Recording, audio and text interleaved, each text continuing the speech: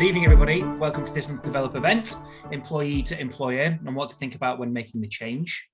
There are currently about 582 million self-identified entrepreneurs worldwide.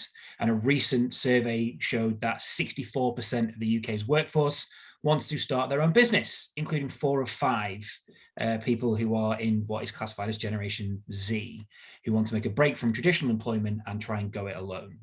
Now, obviously, we're not in the most ideal climate for a lot of things. Costs are going up across the board for everybody, and 60% of small businesses fail in the first 5 years. It's an unfortunate statistic. It's hard. So how can you make the steps from regular employment to setting up your own business? So hopefully this evening, our panelists here are going to share their personal experiences, their lessons that they've learned, maybe some mistakes that they might have made, with yourselves, to hopefully give you a better idea, or at least a more clear-headed view of what it's like to begin your own business, and what are the things to think about. Maybe pitfalls and positives might be a way to look at it. So without further ado, with very little more of me, I'd like to introduce you to our panelists, starting with Sarah Grant, please. Thanks, Jeremy. Hi, everyone. Nice to be on the webinar today.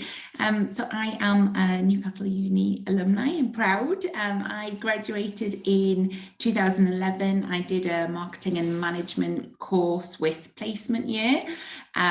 I then did what a lot of graduates do and go into a graduate job. I wasn't exactly sure what I wanted to do. So I went into consulting and did a little bit of everything, a little bit of project management, a little bit of change management, a little bit of technology consulting. But I had always wanted to work for myself. And so after 6 years of working with Accenture, I decided to break away and start my own company. So my background was in management consulting, and I decided to start a business in international healthcare recruitment, that obvious career transition. I actually had a friend who worked in the area and talked about all the problems that they had recruiting. And my background in consulting was kind of problem solving, and probably very naively went into it thinking, we can add a lot of value here. So it's been a bit of an up and down journey, as I think a lot of entrepreneurial journeys are. But this year was our 5th year in business. So I think that makes us pretty successful in terms of business stats overall. There's 11 of us working for My Healthcare Recruit at the moment, and we are growing, which is an exciting place to be. Just to give you an idea of the work we do, obviously massive shortage of nurses in the UK at the minute. So we source international nurses mainly from India and the Philippines and support them in their journey, all the way from kind of CV and interview stage, all the way through to kind of compliance, visa, flights, and then after arrival support things as well. So excited to be on the webinar today, and hopefully I can share a bit of my experience as we go along. Great, thanks very much, Sarah. It's really great to have you along. Our next panelist. Start that again. Our next panelist. Oh dear, this is going to be a struggle. Is Adam Solomon. So, Adam, if you could introduce yourself. I'm Adam Solomon. I graduated in 2009. I did accounting and finance at Newcastle, but graduated sort of wrong time, wrong place, in the middle of the credit crisis, and decided that I was not going to work in accounting. I really wanted to work in finance at the time. So I decided this job was in finance. I'm going to try and start my own business. So I was interested in commodities, tea, coffee, etc. So I started my first business straight after graduating. And many years of making many mistakes, and started my second business, which is Silk Root Spice Company. And I now also have 3 businesses. So I've got a warehousing business, so we're building industrial warehousing out in Norfolk. So I started with the only experiences, sort of temporary jobs, and by circumstance started my business, but 6 years and got to a point where it's working all well. We sell to about 8,000 stores in North America. We sell across all of Europe, things like Amazon. We source from all over the world, from Pakistan to South Africa, China, Europe, all sorts of places. So I can tell you some more stories whenever you're ready. So, that's great. Thank you very much. I'm the same year, the year before you for graduation. Yeah. So I appreciate the difficulty there was getting into a career straight after a credit crisis. That was fun. Thank you very much. Our next panelist is a slightly different take on setting something up all on your own. It's Chris Watts. So Chris, over to you. Hello there, and thank you. So my name's Chris. I am also a Newcastle alumni. I studied English language, and after graduating, I went into writing, became a travel and speech writer. And I then got a job working as the personal tutor to the royal family of Dubai. So I was teaching English to sheikhs. And after a while, my wallet was full, but my soul was empty. So I, during a trip to Lebanon, made the decision, in hindsight, a little bit rashly, to start a English school and football academy for child refugees. It's called Future Academy, and we now employ 12 staff and have over 80 children on our books who we teach and coach 4 times a week. Within that journey, though, there have been lots of hurdles, mistakes and lessons that I have learned, which I am happy to share with anybody who is interested. Thank you for having me. Hey, it's great to have you here, Chris. I think it's something that's important to note, that it doesn't always have to be a for-profit business that you want to start. I think there will be people who think about, well, how do I don't want to say more fulfilling, because that's not necessarily a thing, but wants to maybe make that step that you've made. So it's great to have you here. Our last panelist is Gretel Dixon. So Gretel, if you could introduce yourself as well. Hi everyone. I am Gretel Dixon, also an alumni from the university. I graduated from an MBA in 2014.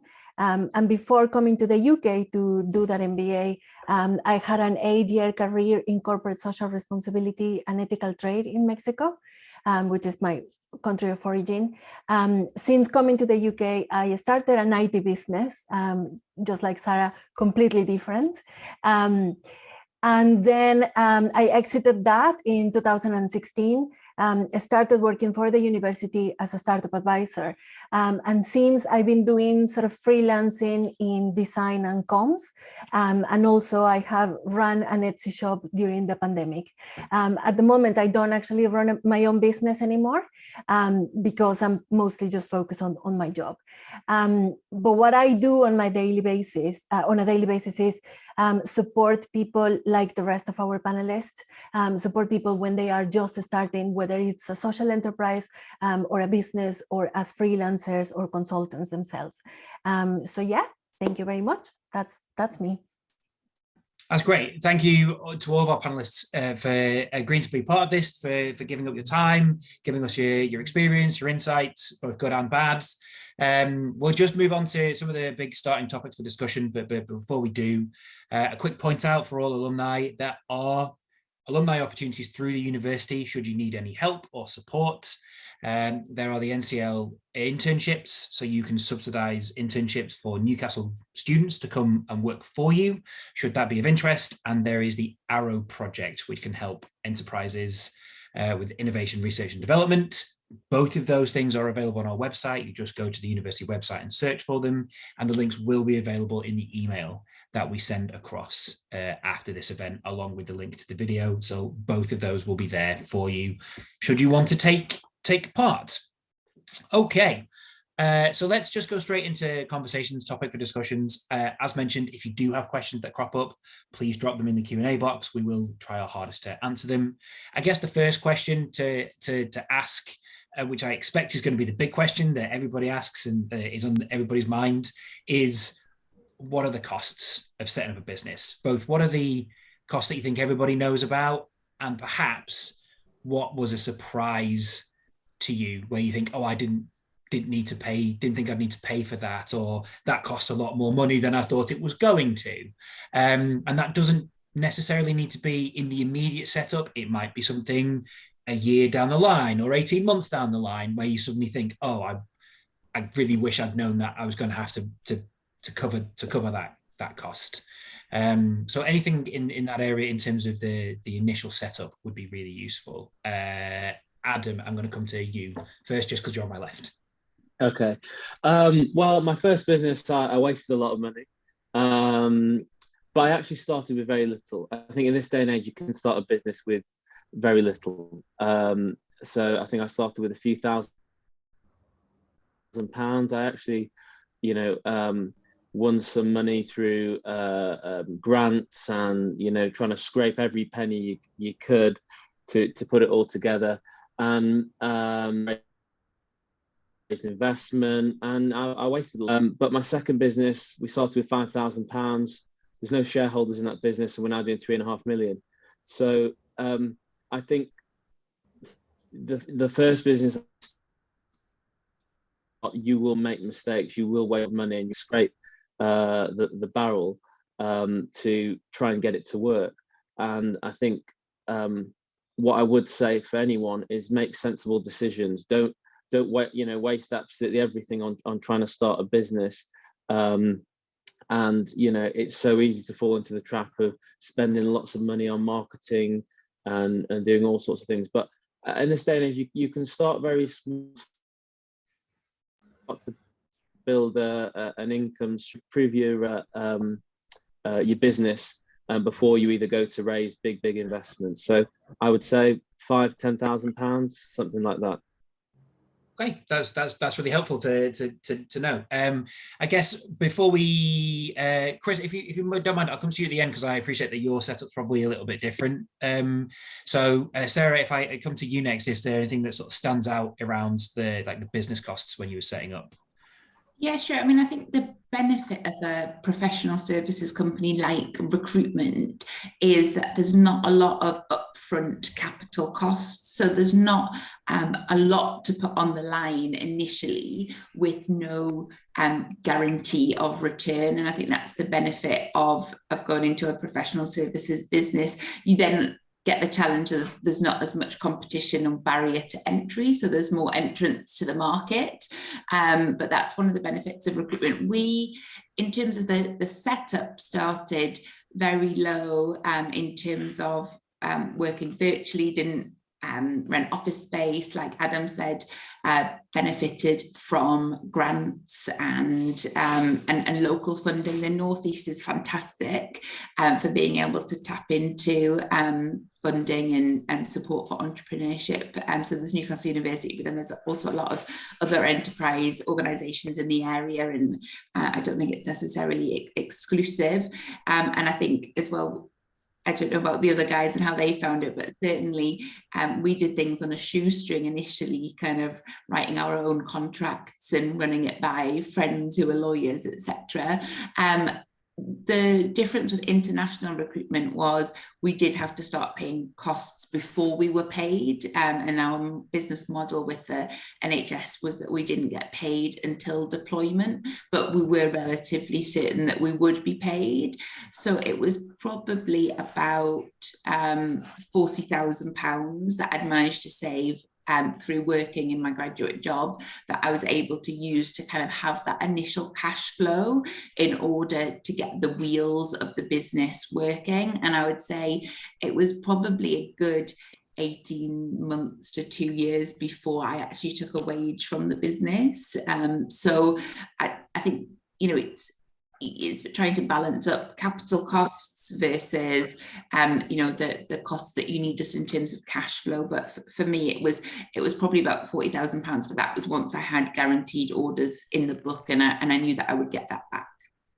Okay, that's useful. That's very helpful to know. I think it's something you do have to be aware of, which is dependent on what industry you're going into. I think the setup costs will be different, and the interesting point is, at what point can you afford to take a wage from your business? It's not necessarily going to be immediate blazing success that you're going to be bringing money in. It might be that you have to take some time before you see that kind of return. Chris, just before I come to you, Gretel, is there anything from yourself about business costs, unexpected, expected, any of those sort of issues?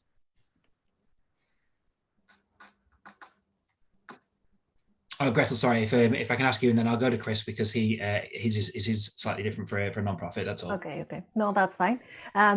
So from my perspective, I think some of the costs that people don't realize they are going to have to pay are, for example, insurance. So not a lot of people realize that if they are doing consultancy or advising people, for example, they'll need professional indemnity insurance, or if they have certain kinds of products, they might need product liability insurance and that type of thing.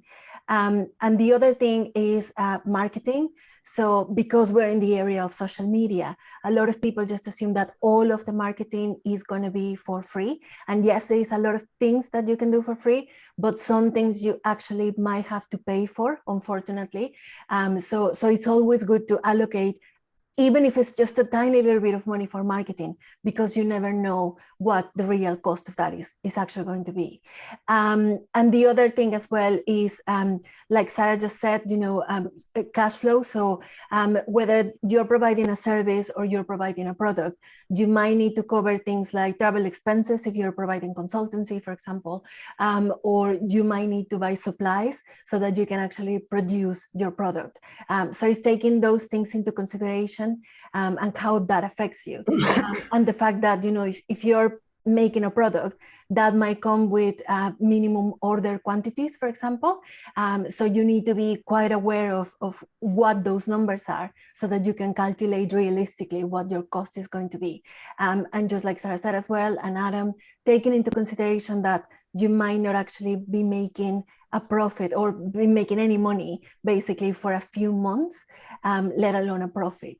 And making sure that you are reaching out to those networks to get grants, get access to funding, et cetera, et cetera. That's great. That's really helpful. I think it's something that people do need to be aware of, that it's not an overnight success, and that it is, sometimes you do have to take into account, do I have enough money to keep myself running for a while until it become profitable? Chris, for yourself, because obviously you've set up a non-profit.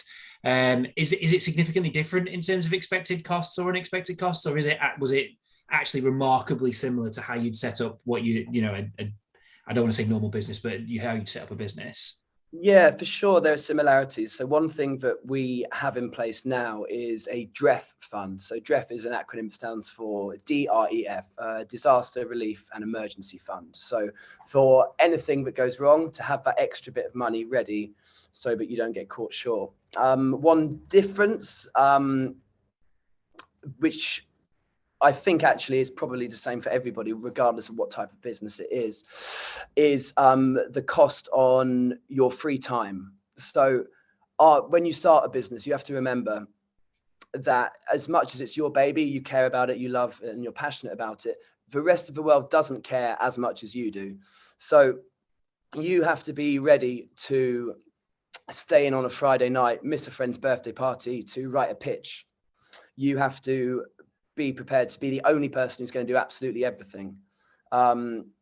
So you have to be ready to sacrifice your own free time a lot more than you would when you're working for somebody else. So that's a cost that I think I probably was aware of, but not to the extent that it's actually the case.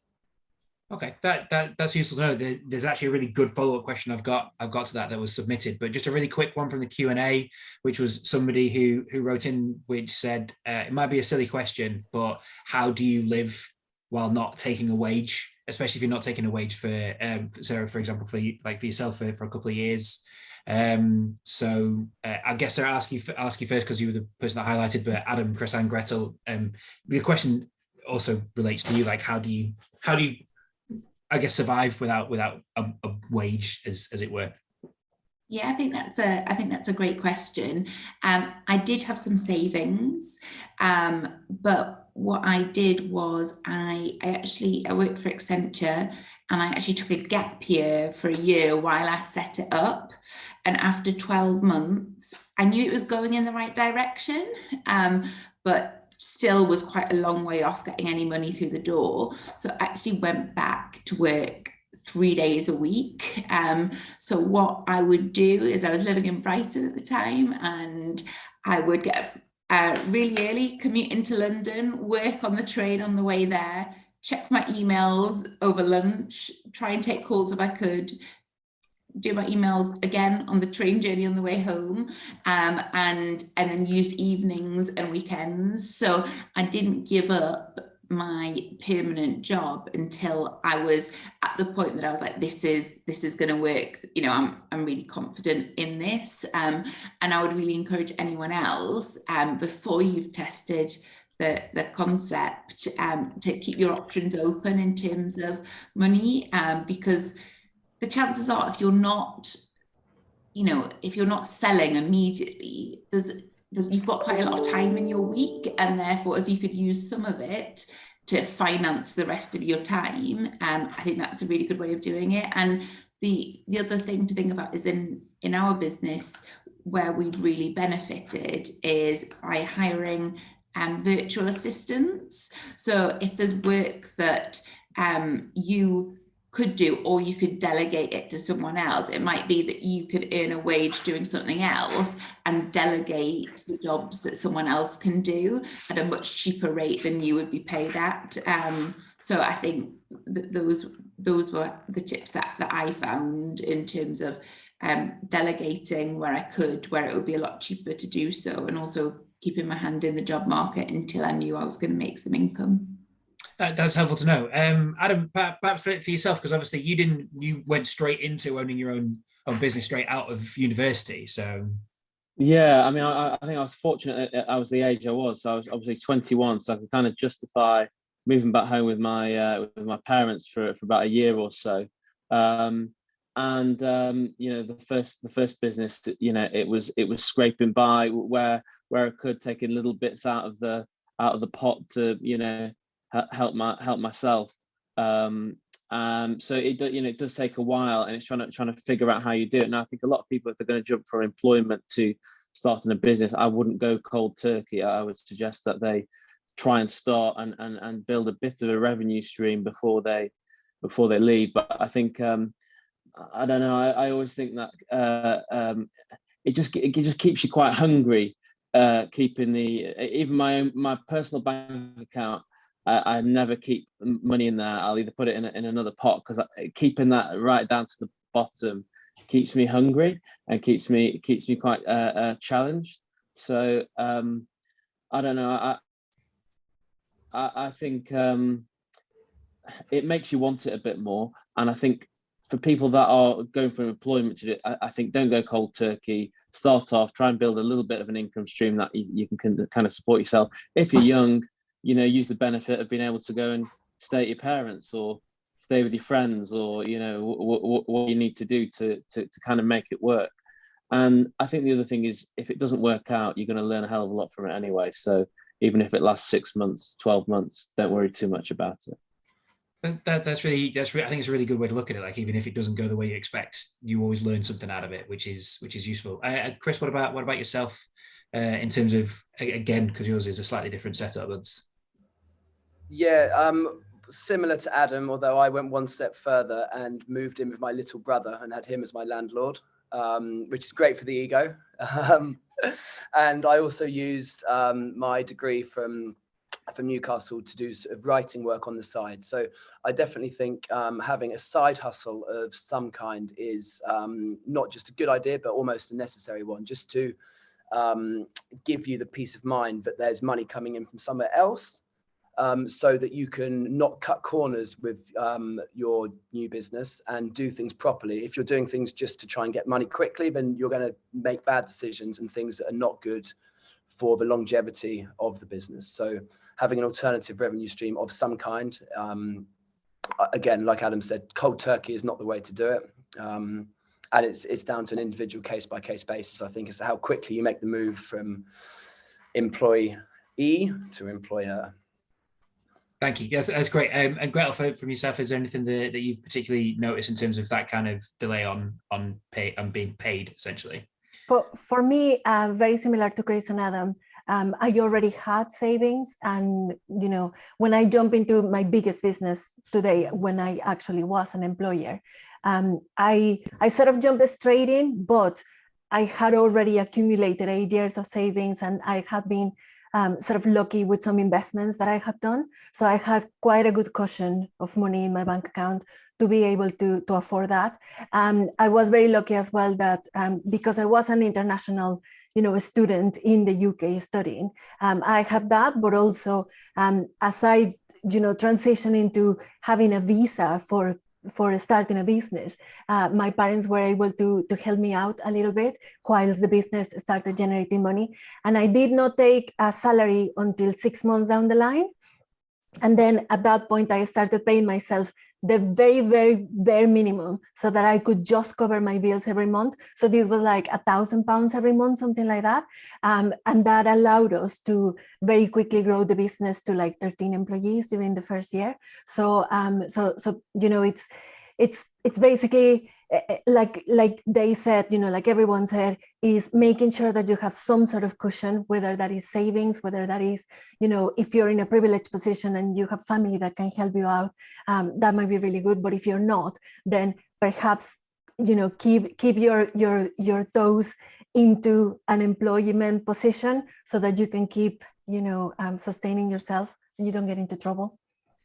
Great. Yes, I think it's a really clear message that's coming through that you need to have. Going cold turkey is a much more difficult route to go, and it's obviously not impossible, but having a supplementary income, working part-time, having a cushion there first rather than just going in at the bare bones is something that's really important. So I think that's very helpful to know. There's a great question in about when you realize that you need to employ others, which I'd like to get to, but there was a question that came up before, which Chris, you mentioned, which I'd like to go back to, which is, how did you learn to switch off, like separate personal and professional life? How do you look after your mental health, almost, I guess, is the question, when you started? Or do you perhaps just look at it as going in wide-eyed and clear-headed and going, you're going to have to give up, you're going to have to make some sacrifices, in your work and personal life are going to become very blurred, at least to begin with, until you've got stuff off the ground? So I guess, Chris, if we come back to you, because I know you mentioned that. Yeah, I'd be interested to hear what Adam, Gretel and Sarah say, but I think the answer is that you never fully switch off, because if you do, there's always going to be someone else who's switched on who will overtake you. But there are certain things you can do to try and switch off. One of them is being successful. I think it's easier to relax when you know that you've achieved what you've aimed for. So having goals, hitting those goals, and then once you've hit them, you can allow yourself a small temporary break. Yeah. Okay, Gretel, I'll ask yourself, what about yourself? Is there anything that really leaps to mind? I guess maybe not switching off is probably the wrong thing, but how do you maybe cushion your own sort of mental health to maybe prevent burnout? Might be a better way to phrase it. I think it's very difficult, to be honest. I don't think I have mastered that art yet.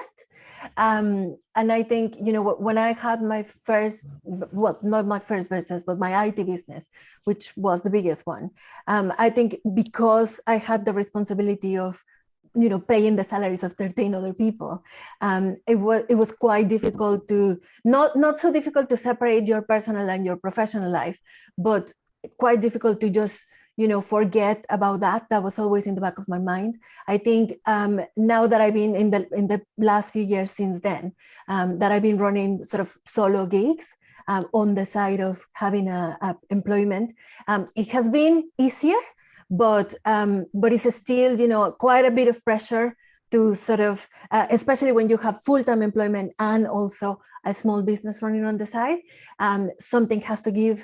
And for me, it has been the businesses. And that is because at this point in my life, I don't need that income.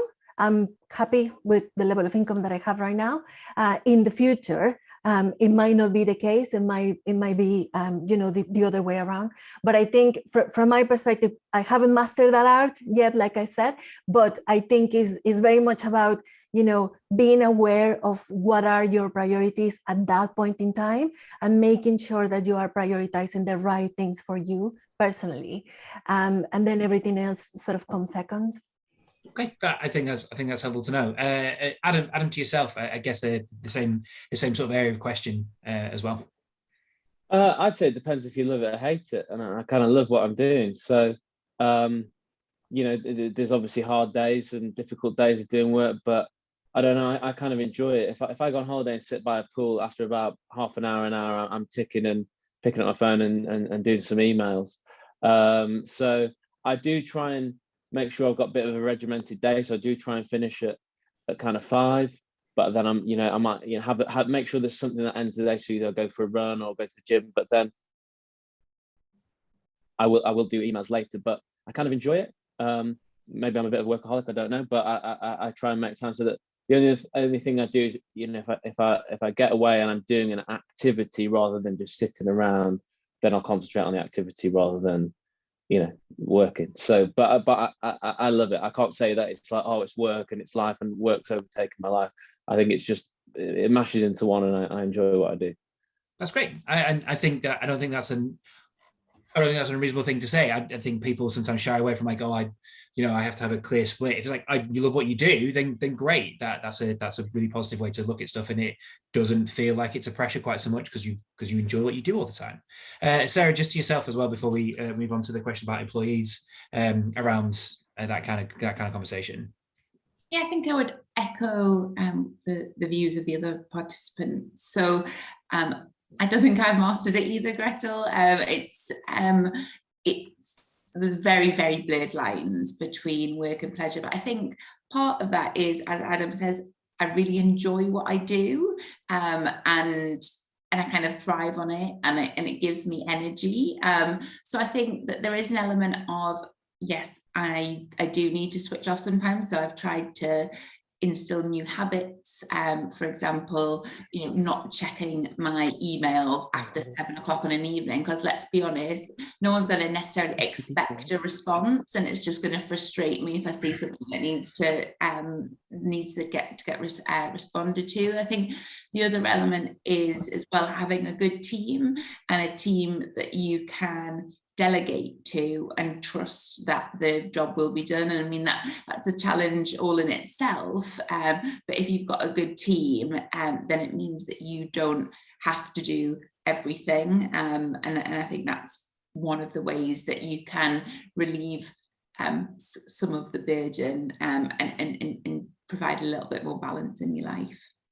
That's really useful, and it dovetails super nicely into the next question that's cropped up in the Q&A, because you've all mentioned at various points that you obviously have employed or do employ other people. So it's at what point did you realise that you were going to need to employ others, either one or perhaps multiple, if you recruited a lot at the same time? And I guess the follow-up question that comes with that, which is, what did you learn any difficult lessons when you were recruiting those people? So that's what's come through. So Gretel, if I come to you first for the question around, when did you realize, oh, I'm going to need to employ other people? I think when we realized that we needed to start recruiting fast was when we started having a lot of work that was coming our way and not really the capacity to take on all of the contracts that we were being offered.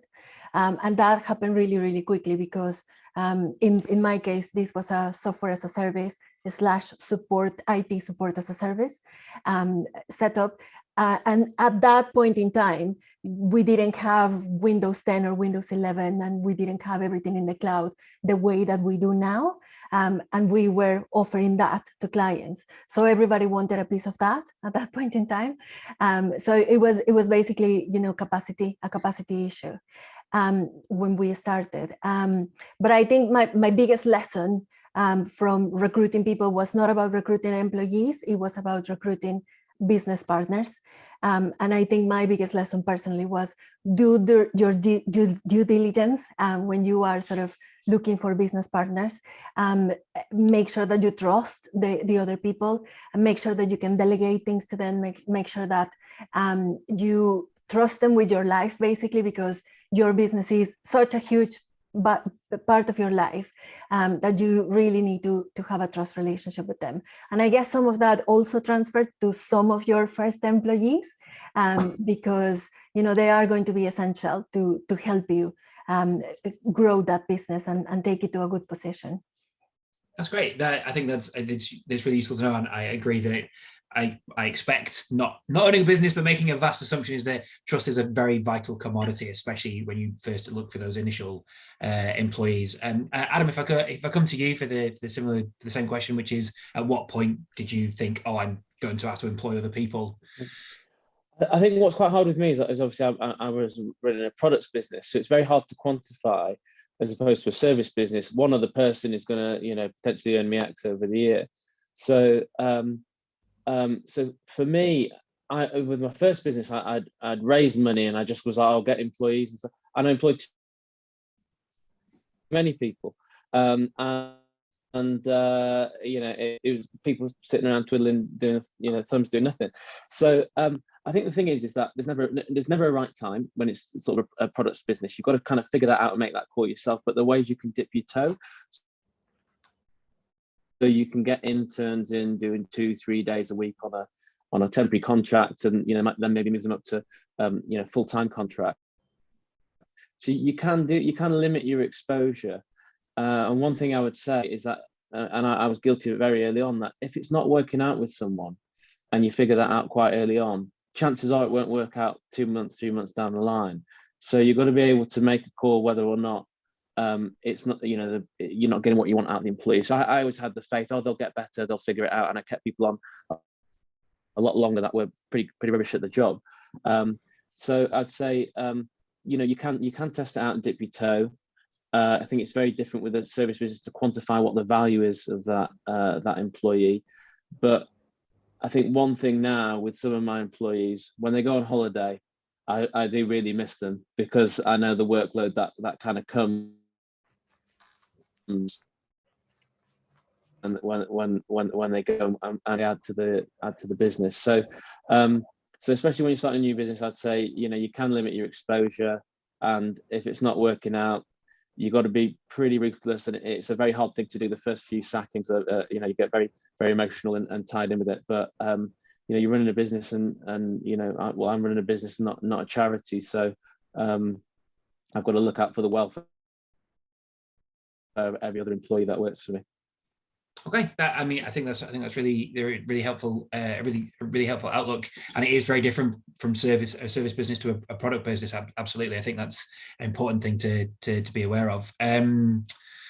Chris, if I come to you in terms of at what point did you start to think, oh, I need to bring other people on board, and any lessons learned?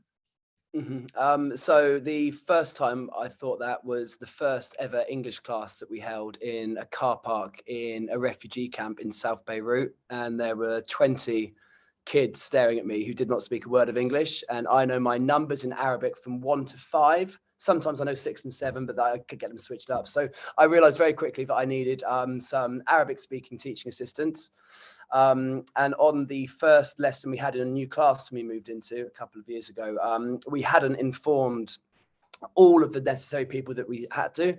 And so they could hear sort of kids laughing, screaming, having fun, mistook for sounds of learning for danger, and our classroom got stormed by 3 armed militia men.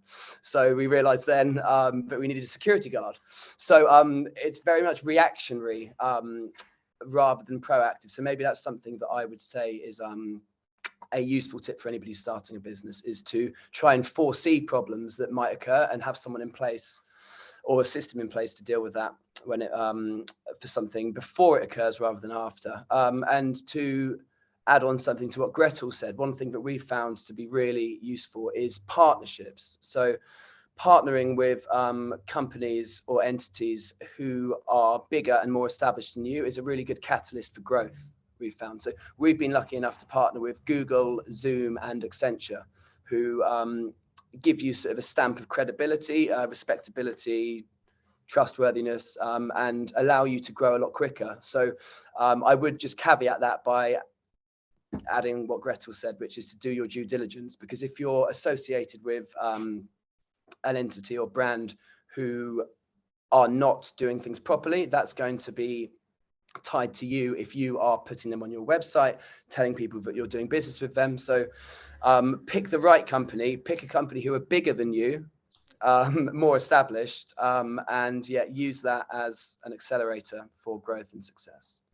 That's great. Thank you. Thank you very much. And Sarah, to yourself, because I think you said you employed like 12 people currently, or 11 or 12 people. So it's, when did you go? 11 of us, and we are growing. And I feel like this is where all the words of wisdom should come. And I feel like this is an area that I'm still massively learning in, and sort of 5 years in, and I appreciate that there's still a lot more to learn and a lot more challenges to handle. In terms of our first employee, it was kind of, as the others said, it sort of reached breaking point, really. I literally couldn't service the work that we had on myself. You know, I'm a hard worker, but you know, there's a limit. I do need to sleep. I know it felt like a very big move at the time. You know, I was barely taking a wage from the business myself. You know, my first employee, I think, was, you know, earning double the wage that I was. So it felt like quite a big step at the time. I think, because of always trying to be cost conscious, we've always hired quite late, like when the need has been desperate, and actually we should have hired someone yesterday, and actually that has probably led to not some of the best hiring decisions. And at the moment we're actually going through a big exercise where we know we need more staff, but we're actually trying to get ourselves in a better position, because the thing with hiring as a small business is things kind of evolve and roles change. It's not like you're in an existing company and you know exactly what this role and this role is. You know, your first team member probably does a little bit of everything, and it's only as you grow that you kind of start to get specialists. So now we're going through a big exercise to kind of standardize our job description, standardize our management structure, and make it clear, you know, what the different pay bands are, what the progression opportunities are. So I think it's, you know, even if you've been in business for a while, I think that it can be a real area of challenge. We have tapped into virtual assistants as a really flexible resource pool and have found that really, really helpful. And just to echo Gretel and Chris, in terms of collaborations, so in the kind of work that we do, there's a lot of complementary services that we don't actually want to deliver ourselves. We don't have the skills to deliver ourselves, things like immigration services, particular clinical training, for example, and actually by forging really effective collaborations, it's enabled us to enhance our service and really become quite win-win. So I feel like it's a big topic, but that's my experience of it so far. That's great. Thanks very much for everybody. I can easily foresee a whole time where we spend the entire hour talking about the various pitfalls of recruiting people. I do think the idea of being proactive rather than reactive is something, I mean, even if you work as a middle manager in a bigger organization, being proactive to your needs is always useful. And Adam, I think you made a really good point, which is sometimes people just don't work out, and you have to be really hard-headed, I expect, on occasion, which is, yes, Chris. I'd just like to echo Adam's view that if you think you probably should fire somebody, you almost certainly do have to. So don't put it off. And I think establishing a strategy or a technique for firing someone as politely as possible is a really useful skill to have, because you are inevitably going to have to let someone go at some point, unless you are the best hirer and the luckiest person in the world. Sometimes an employer won't work out, but you probably will at some point have to deal with that person again, or someone that person knows. So when you sever ties, do it politely, kindly, and nicely. Yeah, don't burn bridges. I think is general life advice beyond a business, because inevitably it will come round and kick you in the behind when you don't expect it. But I think it's a point that is useful to know, which is you are going to have to not always going to work out, and you will have to fire people, and that is something that you should be prepared for, rather than it be a sudden surprise that you then have to scramble to deal with. I think it's a really useful point to have. We have quite a lot of questions. I'm going to be really honest with everybody. We're not going to get to all of them, so I apologize in advance if we don't answer your question. We will try our very best. One question that has come through, which echoes a point that had come up earlier when we were thinking of these topics, which is where did the idea come from, basically, for your business? Was it something that you'd known about while you were at university? Was it something that you just landed upon? Did you sit down and brainstorm ideas? Did you look at the market and do some market research and go, I know there's a gap in X and I can go do something about that? Or is it really I'm passionate about this is what I'm going to do, and I'm just going to go for it without any any thought or alternatives? And I guess, Sarah, if I come to you about how you kind of picked the idea, as it were, for your business.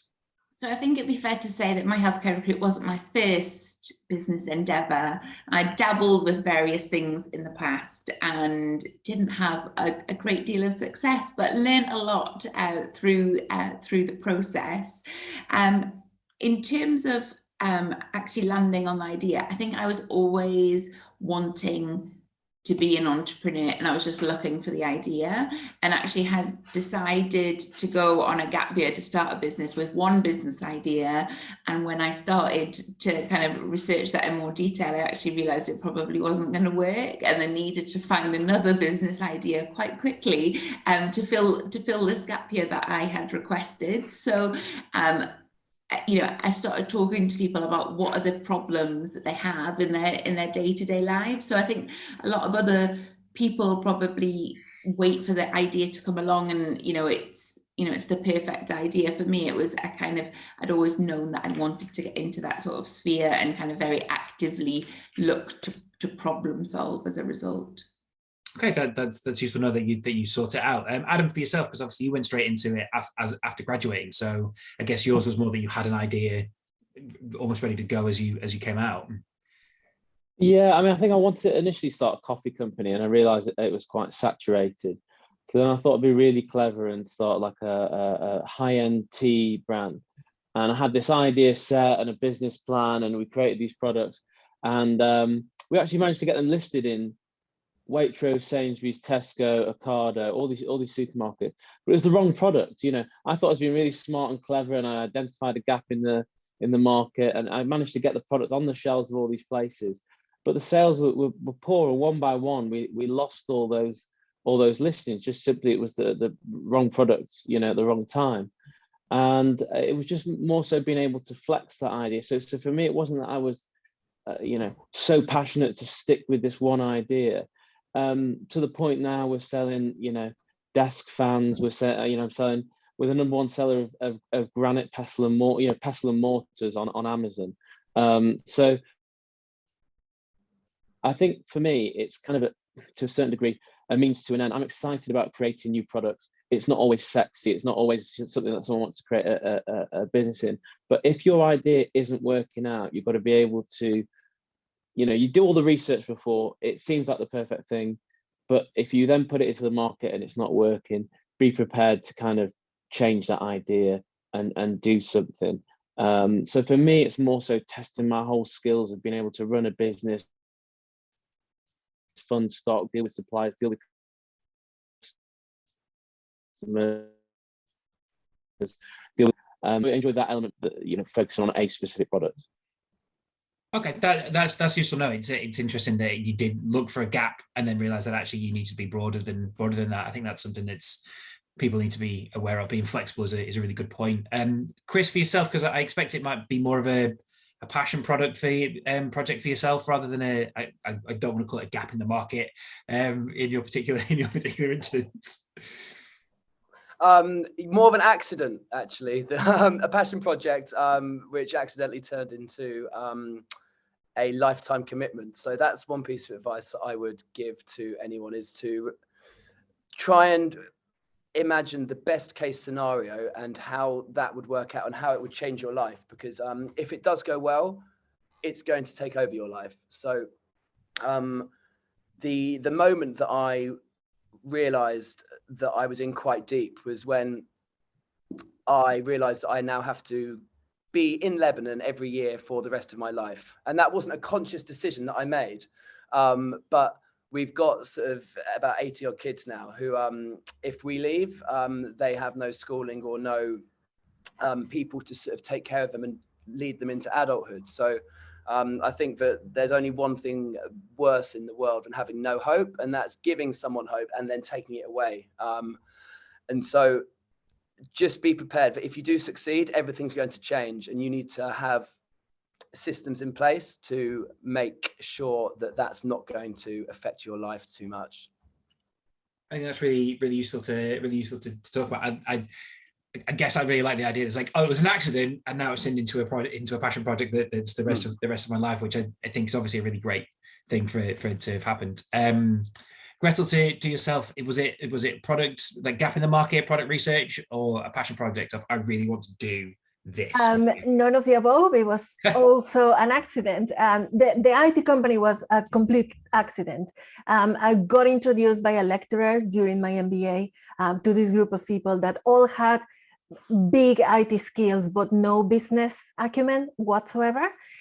So they needed somebody to help them with that. I've always been quite passionate about tech in general. So I thought, well, actually, they were like, we had a conversation. They really like me. I really like them. And, I decided to just join them in their venture. So that's how I landed on that business. It was completely accidental. I was not looking for that at the moment. For my other businesses, the freelancing stuff, it's all, skills that I've had, that I developed throughout my career, and that I quite like to put into practice because they give me a little bit of a creative outlet.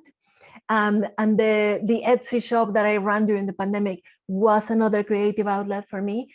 So, I saw a gap in the market because a lot of people were at home, not being able to get out, and they needed something to occupy their time with.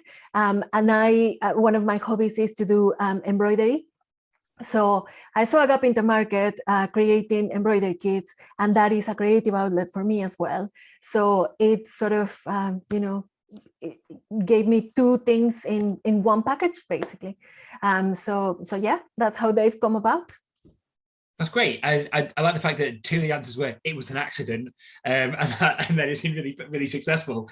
I like the fact that you can fall into something that's really productive and a real positive and a passion project for yourselves, which is great. We're almost at the end. I'm going to ask one more question if people don't mind, just overrunning just a little bit because we've got quite a few left before we wrap up. So as long as people don't mind just sticking on for a couple of minutes extra.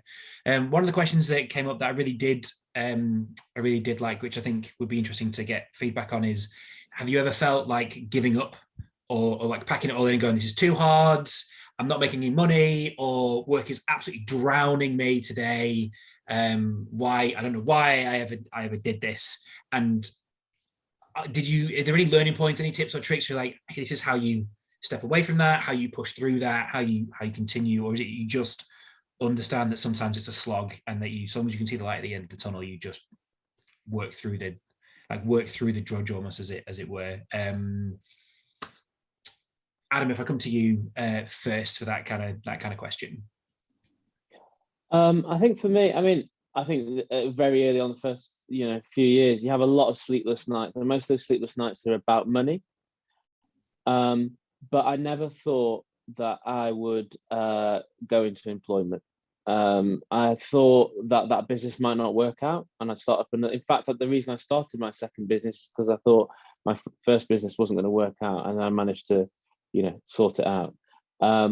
So I think that the main worry, two things, but especially when I was young, it was money, but it was also the shame, and you think your friends and people that you kind of said, oh, what he's got this stupid idea, are going to have when it doesn't work out.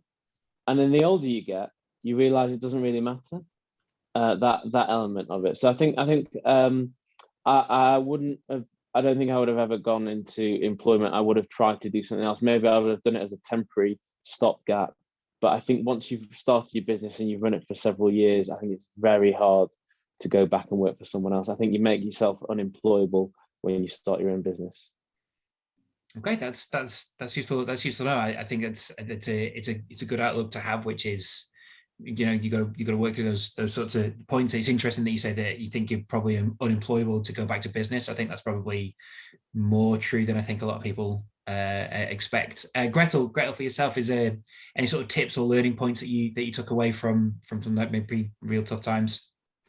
I think it's interesting because, like Adam just said, you know, the biggest thing always playing on my mind with the IT business in particular was always the money point.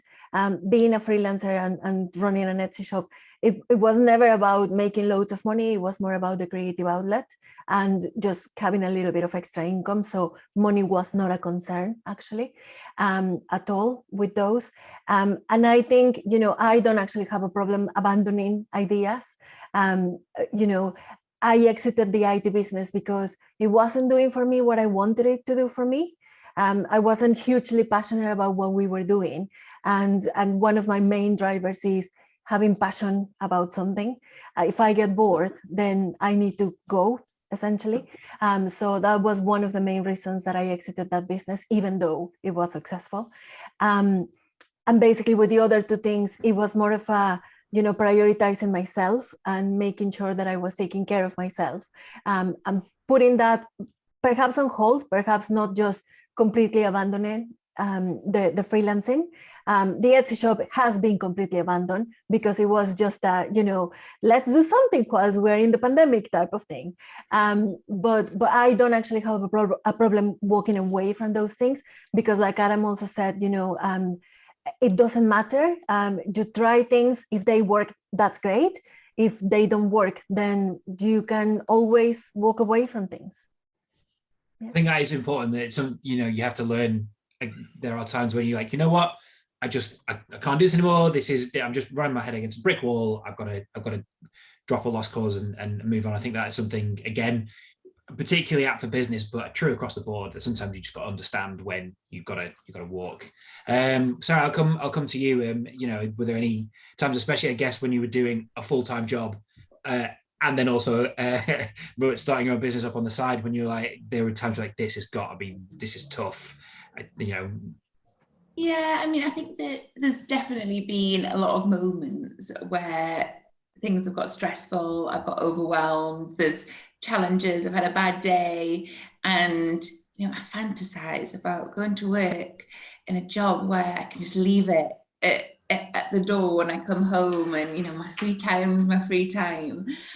Usually when that happens, it's just because I need a good night's sleep and, you know, wake up in the morning and everything is good again. And you know, at the end of the day, I remind myself that actually working in my graduate job, some days, like I would actually work in the office till 1 o'clock, 2 o'clock in the morning, but I was actually working for somebody else and for their paycheck. And actually, at least when I do it now, it's on my terms and it's my business and I'm doing it for myself. So yeah, I do have those occasional moments of, you know, wouldn't it be lovely just to come in and have my evening all to myself? But for the most part, a good sleep will sort that out. That's great. I do think people undervalue the power of a good night's sleep across any factor, let alone work. I completely agree with that. Chris, finally to yourself before we wrap up, any sort of particular learning points or tips of going like running through the slog, as it were, for difficult bits with employment and business? Remember why you started doing it. Remember the reasons that made you do it. And also think, well, what's the alternative? You know, if you've been offered a job for £500,000 a year to be a wine taster or a tea taster, Adam, if that's going, not yet, I can't afford it. But yeah, what are the alternatives? You're going and looking for another job where you're working for someone else. Every job has its hard bits. There's no job that's perfect. So even your own business is going to have tough days, but just remember, it's better to have a tough day working for yourself than working for somebody else. Yeah, I think that's something that's come through very clearly from everybody on the panel, which is once you start to work for yourself, it's quite hard to go back to working for somebody else. It might be impossible for you to go back to work for somebody else. And I do think generally across the board, Adam and Chris, you mentioned it very succinctly, which is don't get dropped into this trap of the grass is always greener. Oh, if I could go back and do this, oh, I could finish at 5 o'clock. Oh, I'd get my weekends back. But there's a reason you left those jobs in the first place. And not to do the rose-tinted look back of, oh, I could just go back and do this and I wouldn't have to deal with this current problem, but you left that job because of the problems that you're forgetting. So I think that's a really vital point to make. We have gone over the hour, and to be honest, it feels like I've barely scratched the surface. There are questions in the chat, which I'm really sorry we just haven't had time to get to. There's questions that I wrote that I'm interested in personally, selfishly, that we've got nowhere close to. This has absolutely flown by. It's been fascinating. I found it absolutely fascinating to listen to all your various stories, your experiences, some of the lessons that you've learned across making your across your businesses. So thank you very, very much for giving up your time, for giving your expertise, for giving your insights. For everybody else, just before they leave, we are going to pop up a quick feedback poll. It just lets us know how you feel that we've done for the evening. Please, can you just let us know how you've got on, how you feel that we've got on. The event information and feedback, so the link to the video that is being recorded for this, those links that Gretel talked about at the start will all be in that email. So please keep an eye out for that in a couple of days. And all that's left to say from me is one final thank you to our panelists. Thank you so much for giving up your time and your knowledge. It's been really interesting. Enjoy the rest of your Wednesday evenings. Enjoy the weekend, extended weekend if you're in the UK. And hopefully I will see some of you at events in the near future. Have a lovely evening, everybody. Good night and goodbye.